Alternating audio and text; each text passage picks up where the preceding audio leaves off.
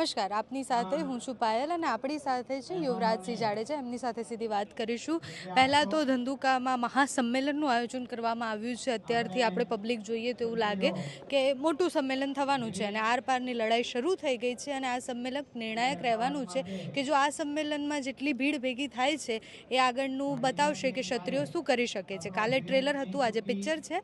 શું આખો રણનીતિ શું છે ક્ષત્રિયોની અને હવે આગળ શું કરવાનું છે? ખાસ કરીને અત્યાર સુધીમાં જોવા જઈએ તો ક્ષત્રિય સમાજ શાંતિથી, સૌમ્યતાથી, શાલીનતાથી એ પોતાની વાત મૂકી રહ્યો હતો, આવેદન, નિવેદન, રજૂઆતોના માધ્યમથી. હવે આગળના દિવસોમાં આક્રમક ભૂમિકામાં આવવાનો છે, કેમ કે હવે જડબાતોડ જવાબ દેવાનો સમય આવી ગયો છે અને આ જડબાતોડ જવાબ દેવા માટે આ ક્ષત્રિય સમાજ હવે રોડ ઉપર પણ આવશે.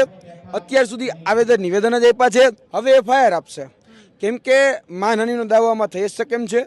તો એક માનહાનિનો દાવો થાય અને કોઈનું સંસદ સભ્યપદ જતું રહે તો અહીંયા તો ક્ષત્રિય સમાજની માનહાનિ કરી છે, તો એ સંસદ બનવાને જ લાયક નથી. જેમની નિમ્ન કહેવાય કે હલકી માનસિકતા હોય તો એવા લોકોને આપણે સંસદ બનાવીને શું કરવાના છે? તો એના માટેની આરપારની લડાઈ અને જડબાતોડ જવાબ દેવા માટે આજે અમે ભેગા થયા છીએ. આજે આ જે સંમેલન છે એ ક્ષત્રિય સમાજનું, સમસ્ત ક્ષત્રિય સમાજનું સંમેલન છે, અસ્મિતા સંમેલન છે, જેનું નામ આપવામાં આવ્યું છે.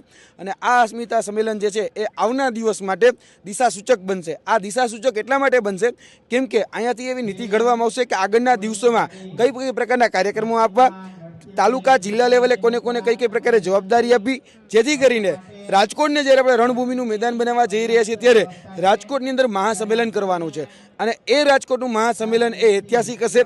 જે રીતે ભૂતકાળના સામાજિક આંદોલન થયા છે એનાથી પણ એક વિશાળ અમે અમારી પોતાની માગણી છે, અમારી પોતાની જે લાગણી છે અને જે લાગણી દુભાણી છે તેને લઈને અમે આગળના દિવસોમાં ભેગા થવાના છે, જેની રણનીતિ એ આજે ઘડાવવાની છે. અચ્છા, ચૂંટણી નજીક આવી રહી છે અને અત્યારે જે ક્ષત્રિય સમાજનો જે વિરોધ છે એને એવી રીતના એક જગ્યાએ પોર્ટ્રેટ અમુક જગ્યાએ કરવામાં આવે છે કે હવે પાટીદાર વર્સિસ ક્ષત્રિય છે. એવું નથી, પાટીદાર પણ હવે ક્ષત્રિયો સાથે છે. ઘણા બધા વિડીયોઝ પણ જોયા છે. તો આ કરી કોણ રહ્યું છે કે પાટીદાર વર્સિસ ક્ષત્રિય થાય? ખાસ કરીને જોવા જઈએ તો છેલ્લા ઘણા સમયથી ભારતીય જનતા પાર્ટીની એક નીતિ રીતિ રહી છે, ભાગલા પાડો અને રાજ કરો. એની સાથે સાથે એક નીતિ રીતિ રહી છે, ભરમાવો, ભટકાવો અને ભડકાવો. પહેલા તો ભરમાવે છે કે આ જે આંદોલન છે, હવે તમે કદાચ આજના દિવસથી એક વાત જોઈ કરી કે આ આંદોલન તો ભાઈ પોલિટિકલ છે, કોંગ્રેસ પ્રેરિત છે, અથવા તો એવું કહેવામાં આવશે કે બીજી કોઈ પાર્ટી પ્રેરિત છે અને આમાં તો રાજનીતિવાળા બધા લોકો છે ને એ બધી વાતો કરવામાં આવશે. આને રાજનીતિનું એક રૂપ આપવાનું થાય. ભૂતકાળમાં ઘણા બધા લઈ ગયા. એની સાથે સાથે પાટીદાર કહી શકાય જે સમુદાય છે એની સાથે ઝઘડાવાના પણ પ્રયત્નો થયા, ઉશ્કેરવાના પણ પ્રયત્નો થયા. ઘણા એવા નિવેદનો પણ મળે છે કે ભાઈ 5-25 હજાર વોટનું નુકસાન થઈ કે ભારતીય જનતા પાર્ટી માટે બહુ મોટું નુકસાન નથી. આ ઉશ્કેરણીજનક શબ્દ એ જાણી જોઈને કહેવામાં આવે છે, જેથી કરીને ક્ષત્રિય સમાજ ઉશ્કેરે. પરંતુ યાદ રાખવાનું છે કે ક્ષત્રિય સમાજ એ સમજુ સમાજ છે. કોઈ પણ જગ્યાએ કોઈ પણ ઉશ્કેરીજનક કાર્યક્રમે નહીં આપે. કોઈ પણ જગ્યાએ પોતાની ઉશ્કેરાટ એટલે કે જે અત્યારે જે સ્પ્રિંગને દબાઈ રહી છે એ દબાઈ રહી છે, આગળ જતાં એવું નહીં બને કે આ ઝડપથી ઉછળી જશે. કેમ કે આ સભ્ય સમાજ પોતાની જે માંગણી, પોતાની જે લાગણી છે એ યોગ્ય દિશામાં અત્યારે મૂકી રહ્યો છે. આગળના દિવસોમાં પણ એ આક્રમકતા સાથે એ પોતાની માંગ એ લોકશાહી ઢબે જ મૂકશે અને ગાંધી ચિંધ્યા માર્ગે ચાલશે. એટલે કોઈ પણ ઉશ્કેરીજનક જો પ્રતિક્રિયા આપે અથવા તો કોઈ પણ ઉશ્કેરીજનક જો વાત કરે તો એનાથી ક્ષત્રિય સમાજ છે ઉશ્કેરાઈ નહીં જાય. અને આગળના દિવસોમાં આને જે લોકો જે ભાષામાં સમજે છે એની ભાષામાં જવાબ મળશે. જે લોકો હિન્દુત્વની વાત સમજે છે એને હિન્દુત્વની ભાષામાં જવાબ, કારણ કે હિન્દુત્વનું સૌથી મોટું રક્ષણ એક ક્ષત્રિય સમાજે કર્યું છે. દાખલા ઘણા બધા અમારી પાસે છે. આજે જે સોમનાથની અંદર ધજા ફરકે છે, આજે દ્વારકાની અંદર જે ધજા ફરકે છે, આજે અંબાજીની અંદર જે ધજા ફરકે છે, એમાં ઘણા બધા ક્ષત્રિયનું લોહી છે. અને હિન્દુઓની જો વાત આવે તો ત્યાં પણ અમે લડી લેવા તૈયાર છીએ. જો વોટ બેંકની વાત આવે રાજકીય રીતે તો રાજકીય રીતે વોટ બેંકની વાત ઉપર પણ અમે લડી લેવા માટે તૈયાર છીએ. ભલે રાજકોટની અંદર હું માનું છું કે 1.5 લાખ કરતાં વધારે વોટ નહીં હોય ક્ષત્રિય સમાજના, પણ છતાં પણ અમે 18 વરણને સાથે રાખી શા માટે એ ભારતીય જનતા પાર્ટીને વોટ ન આપો એના માટેની ડિમાન્ડ પણ અમે આગળના દિવસોમાં મૂકીશું. અને અમારા જે કહી શકાય ટાઈમલાઈન, અમારા જે કાર્યક્રમો છે એ અમે ચોક્કસપણે મૂકવાના છે. રાજનીતિમાં પણ જો કદાચ રાજનીતિની ઢબે જવાબ આપવાનો થયો તો એની માટેની પણ અમારી તો તૈયારી છે. અત્યારે આંદોલનનો જે વેગ કહેવાય એ વેગ જોતા એવું લાગે છે કે લોકસભાની ચૂંટણી સુધીમાં કંઈક મોટો ફરક પડી શકે. લોકસભાની ચૂંટણીમાં અત્યારે કહી શકાય ચૂંટણીનો તો આગળ થઈ ગયો છે, પરંતુ જ્યારે ફોર્મ ભરવાની વાત આવી રહી છે ત્યારે પરસોત્તમ રૂપાલાભાઈએ ગઈકાલે કંઈક રાતે પણ એવું કંઈક સ્ટેટમેન્ટ આપ્યું છે કે 2 દિવસ કે 3 દિવસની અંદર હું કંઈક મારી પોતાની એટલે કે ફોર્મ ભરવાની તારીખ જાહેર કરી દઈશ. એટલે આ જાણી જોઈને ઓલી અમારી કાઠિયાવાડી ભાષામાં અને ટણીની ભાષા કે એટલે ટણી કરી રહ્યા છે, પણ એને નથી ખબર કે વટે ચલેલો જે રાજપૂત હોય, વટે ચલેલો જે ગરાસીઓ હોય ને, એ ગરાસીઓ કોઈ ન મૂકે. હજી અમે કલમથી ચાલીએ છીએ, હજી સુધી અમે તલવારથી ચાલ્યા જ નથી. હજી સુધી તલવારથી અમે ક્યાંય વાત કરી જ નથી અને કરવાના પણ નથી. પણ વટની વાત આવે તો ચોક્કસપણે એમનો જે વટ અત્યારે જે કહી રહ્યા છે, જે ટણી કરી રહ્યા છે, ટણી કહેવાય, વટો ન કહેવાય, એ ટણી કરી રહ્યા છે. જો પછી ક્યાંક એવી ટણી કરવાની થઈ તો પછી રાજકોટની અંદર એક સભાય નહીં થવા દે. જે પોતાના કાર્યક્રમ કરે છે ને, એ કાર્યક્રમ પણ એકેય નહીં થાય. કારણ કે અમે જો ધારી લીધું ને તો અત્યારે તમે જોતા હશો કચ્છની અંદર કાર્યક્રમ છે એ બંધ થઈ રહ્યા છે. ખંભાળીની અંદર કમલમનું ઉદ્ઘાટન કરવા માટે આવે છે તો અહીંયા ક્ષત્રિય સમાજ પહોંચી જાય છે. હજી કહું છું, જો આ બધું જ તમે જોઈ રહ્યા છો, આવનાર દિવસોમાં ક્ષત્રિય સમાજ એ ભારતીય જનતા પાર્ટીની એક પણ એ કહી શકાય કે જાહેર સભા એ કરવા નહીં દે. એટલે એ રીતે જો જવાબ આપવાનો થાય તો એ રીતે પણ અમે તો તૈયાર જ છીએ. એટલે કોઈએ પણ ભરમાવાની, કોઈએ પણ ભડકાવવાની કે કોઈ પણ ટણીની ભાષામાં વાત નથી કરવાની. જો કરશે તો પછી એનો જવાબ એને એની ભાષામાં આપવામાં આવશે. ગઈકાલ સુધીની જો વાત કરીએ તો કાલે જે બેઠક થઈ, બેઠકમાં પણ એવું જ કહેવામાં આવ્યું હતું કે અમે માત્ર વ્યક્તિગત લડાઈ લડી રહ્યા છીએ, અમારે રૂપાલાથી વિરોધ છે, અમારે ભારતીય જનતા પાર્ટીથી કોઈ વિરોધ નથી. પણ હવે જે જોઈ રહ્યા છીએ આપણે દ્રશ્યો અલગ અલગ જગ્યાથી, તમે જે હમણાં કીધું એ પ્રમાણે કે ભાજપના નેતા જ્યાં જાય છે, ભાજપના જે ઉમેદવારો છે જ્યાં જાય છે ત્યાં વિરોધ થઈ રહ્યો છે. તો ક્ષત્રિયો કેમ એટલી જલ્દી રૂપાલાથી વિરોધમાં, ભાજપના વિરોધમાં આવી ગયા? પરસોત્તમ રૂપાલાને ટિકિટ આપનાર કોણ? ભારતીય જનતા પાર્ટી. પરસોત્તમ રૂપાલાને ટિકિટ જો ભારતીય જનતા પાર્ટી આપતી હોય, ક્ષત્રિય સમાજનું અપમાન થયું છે છતાં પણ આપતી હોય, તો એનો મતલબ એવો છે અને પરસોત્તમ રૂપાલા સાહેબ વાલા છે અને આ વાત સાથે ભારતીય જનતા પાર્ટી પણ સહમત છે તો જ એને ટિકિટ આપે. બાકી ટિકિટો રદ કરી દે. જો ક્ષત્રિય સમાજ ભારતીય જનતા પાર્ટીને વાલો હોત તો ચોક્કસપણે માનીએ છીએ આ ટિકિટ રદ થઈ ગયો. એટલે ડાયરેક્ટ ઓર ઇનડાયરેક્ટ એની સહમતિ છે કે રોટી બેટીના વ્યવહાર એ અંગ્રેજો સાથે થયા. એ વાત સાથે ભારતીય જનતા પાર્ટીનું સ્ટેન્ડ ક્લિયર છે. એટલે ભારતીય જનતા પાર્ટીએ પોતાના ઉમેદવાર બદલ્યા નથી. જો એવું હોત તો પોતાનો ઉમેદવાર બદલી દીધા હોત. એટલે હવે જે વિરોધ છે એ વ્યક્તિ વિશેષ ન રહેતા આગળના સમયમાં આ જે વિરોધ છે એ ચોક્કસપણે કહું છું ભારતીય જનતા પાર્ટી વર્સિસ ક્ષત્રિય થવા જઈ રહ્યો છે અને આ ક્ષત્રિય સમાજ એ વિરોધ કરી રહ્યો છે. આમાં કોઈ પોલિટિકલ બેનર નથી, પોલિટિકલ કોઈ આને મૂવ અપ પણ નથી કરતો કે કોઈ જગ્યાએ પોલિટિકલ બેકઅપ પણ નથી. એટલે આગળના દિવસોમાં ક્ષત્રિય વર્સિસ ભારતીય જનતા પાર્ટી થવા જઈ રહ્યું છે. જે ભારતીય જનતા પાર્ટીના જે રાજપૂતો છે, જે ભારતીય જનતા પાર્ટીમાં રહીને ક્ષત્રિય સમાજ સાથે નથી ઊભા, એ રાજપૂતોને પણ જવાબ આપવામાં આવશે. એટલે રાજપૂતો જે છે તો એની કઈ રીતે જવાબ આપો એ અમારી જે ટીમ છે એ ટીમ નક્કી જ કરી રહી છે. આજે જે સમિતિ મળશે એમાંથી એક મોટી સમિતિ બનવાની છે, જિલ્લા તાલુકા લેવલે એની પણ ગઠન થવાનું છે અને જે મહાસંમેલન અમે કરવાના છે ત્યાં મહાસંમેલનની રૂપરેખા પણ આજે તૈયાર થવાની છે. એટલે આગળના દિવસોમાં કહી શકાય કે એક મહાસંગ્રામ એ થવા જઈ રહ્યો છે. Wait and watch. Parshottam Rupala Ahmedabad airport પર હતા ત્યારે એમણે એક નિવેદન આપ્યું હતું કે મારી જોડે સર્વ સમાજ છે, બધા સમાજો મારી સાથે છે અને સાથે ક્ષત્રિય નેતાઓ પણ મારી સાથે છે. તો કયા ક્ષત્રિય નેતાઓ છે જે સમાજ સાથે નથી અને માત્ર ભાજપ માટે છે? ક્યાંક ને ક્યાંક ગોંડલ ખાતે જે સભા મળી હતી અને એમાં જે નેતાઓ હોય, જે રાજપૂતો છે, એ રાજપૂતો ક્યાંક એને સાથે હોય ને એવો દાવો કરતા હોય તો બની શકે છે. બાકી અમે જે જોઈ રહ્યા છીએ, અમે જે અનુભવી રહ્યા છીએ, ગ્રાઉન્ડ ઉપર જોઈ રહ્યા છીએ, એમાંથી એક પણ ક્ષત્રિય એ પરસોત્તમ રૂપાલા સાથે તો નથી જ. એ પછી નિવેદનની વાત હોય કે બેકઅપ આપવાની વાત હોય કે એની સાથે ઊભા રહેવાની વાત હોય, એક પણ જગ્યાએ કોઈ પણ ક્ષત્રિય જે છે એની સાથે આગળ ઊભો નથી. અને 18 વર્ષની વાત એ ખાલી કહેવામાં સારી લાગે, કદાચ એવું કહેતા છે કે બધા અમારી સાથે છે, તો બધા સાથે દેખાડો પણ ખરી. બધા આગેવાનો જે છે, આજે ગઈકાલે તમે જોતા છો રાજકોટની અંદર જે રેલી હતી એ રેલીમાં બ્રહ્મ સમાજ આવીને અમને સમર્થન આપે છે. આજે વૈષ્ણવ સમાજ છે, બરોબર, સમુદાય, તો એ પણ અમને સમર્થન આપે છે. આજે એના આગેવાનો આવીને અમને કહે છે. આજે દલિત સમાજ છે તો એના લેટર પેડ ઉપર લખીને અમને સમર્થન આપે છે. તો આ રીતના સમર્થન છે એની પાસે. અમે તો જાહેરમાં કહીએ છીએ કે જો ભાઈ અમને લેટર પેડ ઉપર પણ સમર્થન છે અને વ્યક્તિ જાહેરમાં આવીને પણ કહે છે કે ભાઈ અમારું ક્ષત્રિય સમાજને સમર્થન છે. કેમ? કારણ કે ઇતિહાસ સાથે ચેડા કરવા એ કોઈ પણને ન પરવડે. અમારો ઇતિહાસ જો પાઠ્યપુસ્તકમાંથી તો ભૂસી જ નાખ્યો છે. હવે જે વૈધો ઘટ્યો છે એની ઉપર પણ લાંછન લગાડવાનું કામ પરસોત્તમ રૂપાલા કરી રહ્યા છે. તો પછી ચોક્કસપણે જે પરસોત્તમ રૂપાલા કહી રહ્યા છે સાબિત કરીને પણ બતાડે. કારણ કે વાતો કરવી અને હોવું એમાં જમીન આસમાનનો ફરક છે. કથની અને કરણીમાં પણ જમીન આસમાનનો ફરક છે. શેરસિંહ રાણાની આજે પ્રેસ કોન્ફરન્સ હતી અને પ્રેસ કોન્ફરન્સમાં એમને કોટ કરીને એવું કહ્યું કે પરસોત્તમ રૂપાલાને તો માત્ર બલીનો બકરો બનાવવામાં આવ્યા છે, બાકી આખું ભાજપનું ષડયંત્ર છે.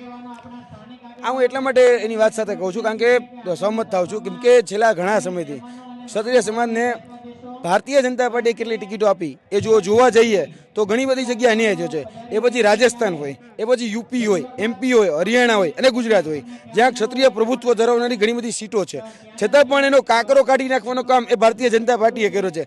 એટલે એની પાછળ આ ષડયંત્ર, એની પાછળ આ કાવતરું છે કે ક્ષત્રિય સમાજની અત્યારે જે રીતે અવગણના થઈ રહી છે અને જે આ શબ્દોના ઉચ્ચારણો થઈ રહ્યા છે એ ઉચ્ચારણો ક્યાંક ને ક્યાંક જાણી જોઈને કરવામાં આવતો હોય એવું લાગી રહ્યું છે. એટલે ભારતીય જનતા પાર્ટી આની પાછળ જે કાવા દાવાઓ લડી રહી છે અથવા તો રમી રહી છે એ કાવા દાવાઓ એને માથે પડવાના છે.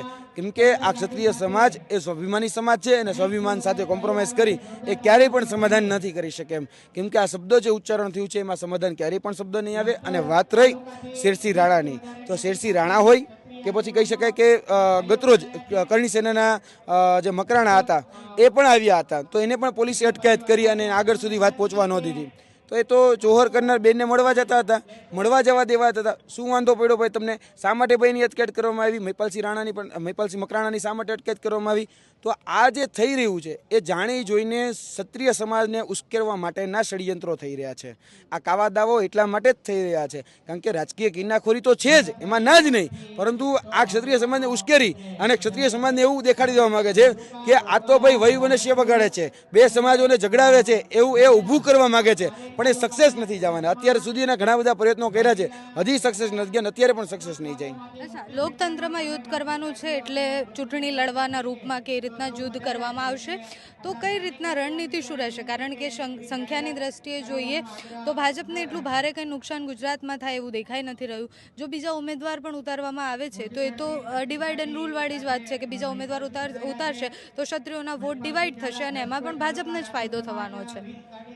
જો ક્ષત્રિય સમાજના વોટને કારણે ભારતીય જનતા પાર્ટીને નુકસાન ન થતું હોત તો એ આટલી મદદ ન કરતું હોત. એક મિટિંગ ઓલરેડી થઈ ગઈ, બીજી મિટિંગ અત્યારે ગાંધીનગર ખાતે મળી રહી છે, આપણે વાતચીત કરી રહ્યા છીએ. ત્યારે ભૂતકાળમાં પણ એને બંધ બારણે પણ ઘણી બધી મિટિંગો કરી, તો કરત જ નહીં ને. એટલે વોટની અસર તો પડે છે.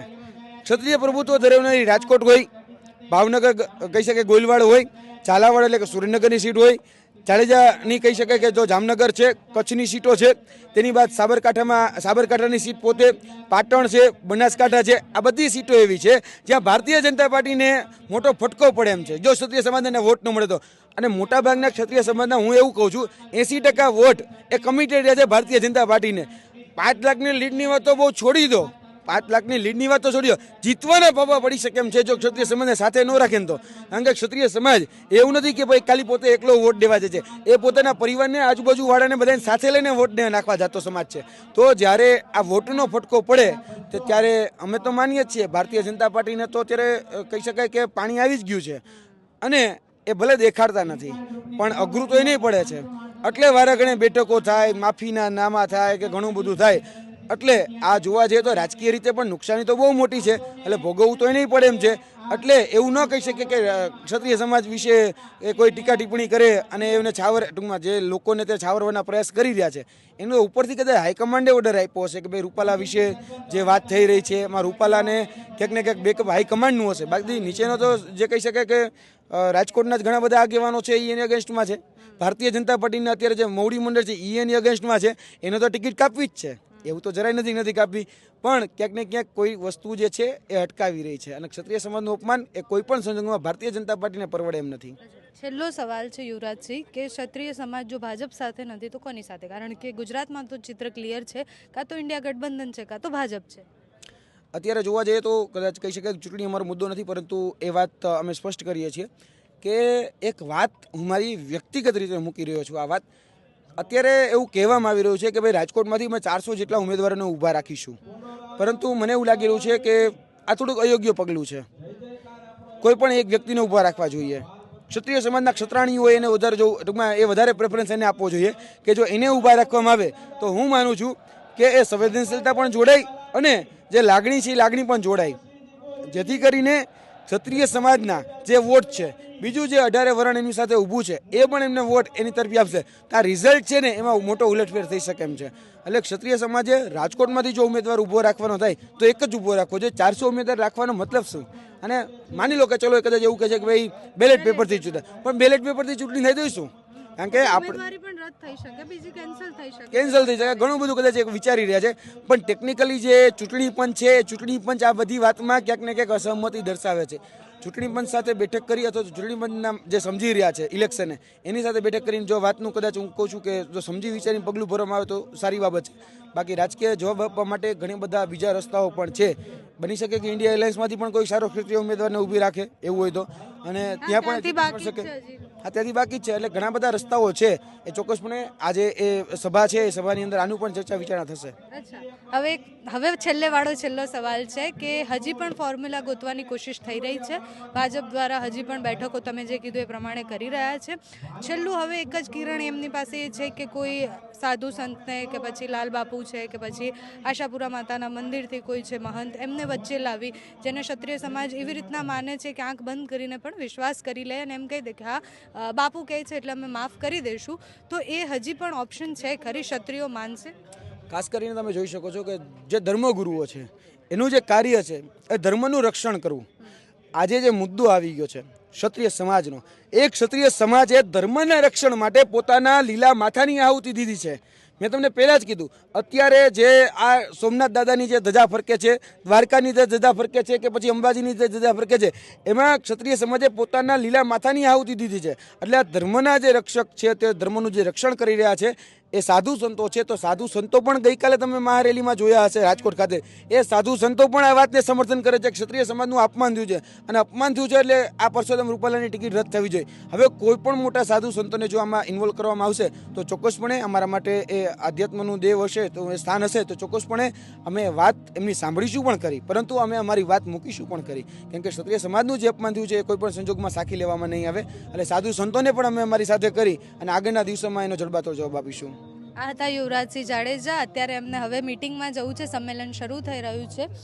ધંધુકામાં જે સંમેલન છે એને નિર્ણાયક માનવામાં આવશે, કારણ કે જો આ સંમેલનમાં જે સંખ્યામાં લોકો આવે છે, જે રણનીતિ બને છે એ આગળ ભવિષ્યમાં દેખાડશે કે ક્ષત્રિય સમાજ આ આંદોલનને કઈ દિશામાં લઈ જઈ રહ્યું છે.